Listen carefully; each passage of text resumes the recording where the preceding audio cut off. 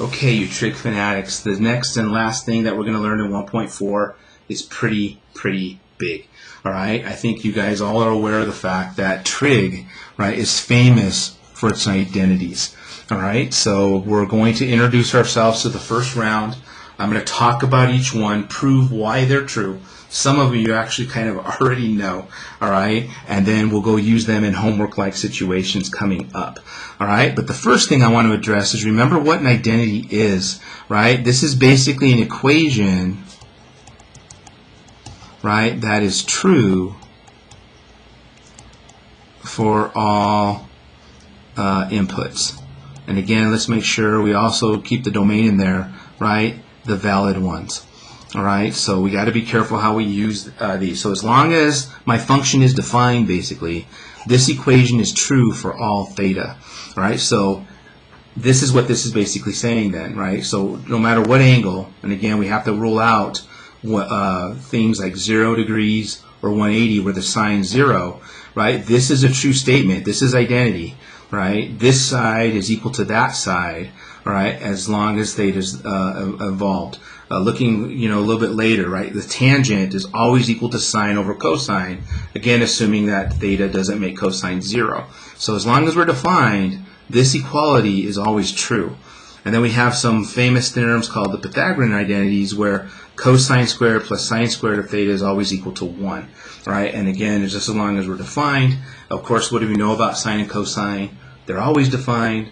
So that's a really strong identity. It's always true.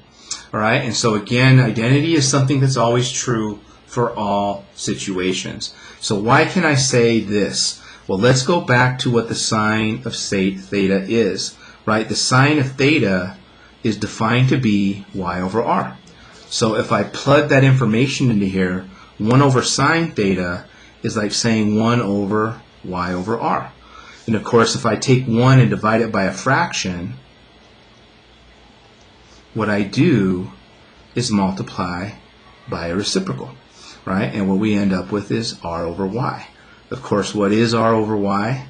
That's our definition for cosecant. So you've been hearing me say it quite a lot. Cosecant and sine are reciprocals of each other. And so by default, we also know that sine of theta is the same thing as 1 over cosecant of theta.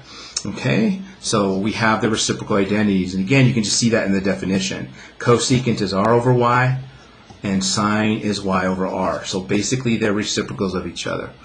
Pause for a moment. This is different than the inverse. Okay, the inverse function is totally different, right? On your calculator, you're going to see something that looks like this. Okay, and that doesn't mean, right, this is not equal to 1 over sine.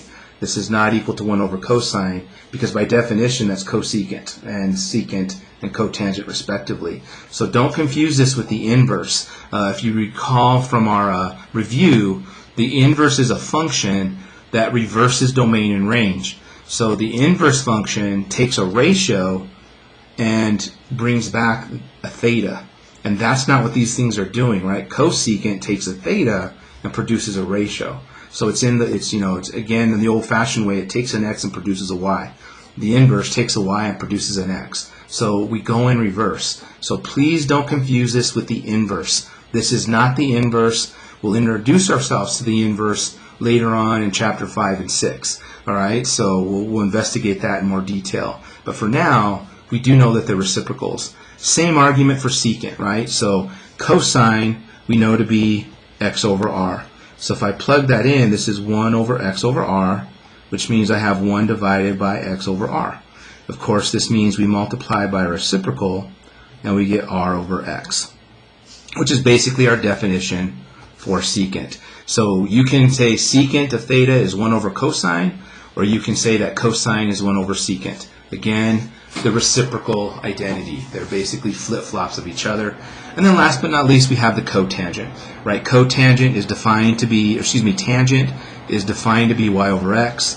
1 over tangent then would be 1 over y over x. Of course, this is 1 divided by y over x, which is multiplied by a reciprocal, which is x over y. Okay? So again, you can either say cotangent of theta, or you can replace that with 1 over tangent. or you can say tangent of theta, and you can replace it with 1 over cotangent. All right, so the reciprocal identities, very, very famous ones. I would like you guys to try very hard to commit that to memory. All right, so these are so basic, used so much, you should know them like the back of your hands. All right, and then the quotient identities, you'll notice that the tangent is defined to be as a division between sine and cosine. Easy to prove.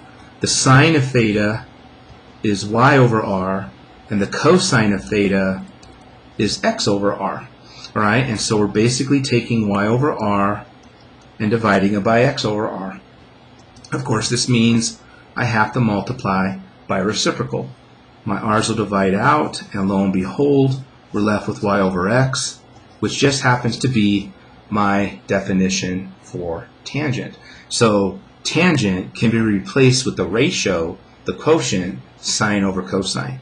Cotangent, well, no surprise, right? What do we know about tangent and cotangent? They're reciprocals. So this kind of goes with almost without proof, right? That if sine can be, if tangent is defined as the ratio of sine over cosine, then cotangent must be cosine over sine. Of course, you can go through that y and x argument if you'd like. I'm just going to take advantage of my reciprocal identity to get me there. All right, so we're kind of building new math with old math, if you would. Now, the Pythagorean identities, all right, we have 3 of them, and they all stem from what we know that x squared plus y squared equals r squared. Each one of these is built by doing a different division. So to build the first one, what I'm going to do is divide both sides by r squared. This turns into 1, and over here we have to be aware of the fact that I actually have 2 fractions.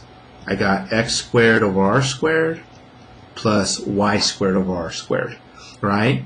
X over r is basically my cosine of theta, and that's being squared, right? We're squaring that ratio, right? That's x over r squared. So cosine squared. This is basically my sine ratio being squared. So the cosine ratio squared plus the sine ratio squared is equal to 1. And that is probably one of the most famous identities ever. Again, try to commit it to memory. We'll be using it. This guy, to create this one, right, what we're going to do is divide everybody by x squared. All right, so again, there's 2 fractions. X squared divided by x squared is 1, plus y squared over x squared equals r squared over x squared. So we have 1 plus, well, y over x is tangent, and that ratio is being squared. R over x, well, that's secant, and it's being squared. That ratio is being squared. So there's your proof, if you would, all right, of the 1 plus tangent squared equals secant squared Pythagorean identity. And then if you put your thinking caps on, I hope you guys know what we're going to do to prove the last one. We've already divided by r squared. We've already divided by x squared. So what's left? I hope you shouted out y squared.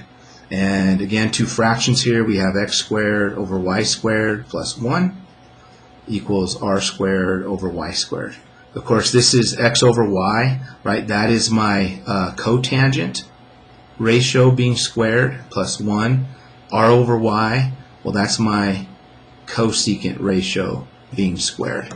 And so there's basically how I can use the definitions to prove my identities, right? And again, the idea is we can always replace, right? It's a two-way street. If I see 1 over cosine somewhere in my work, I can replace it with secant.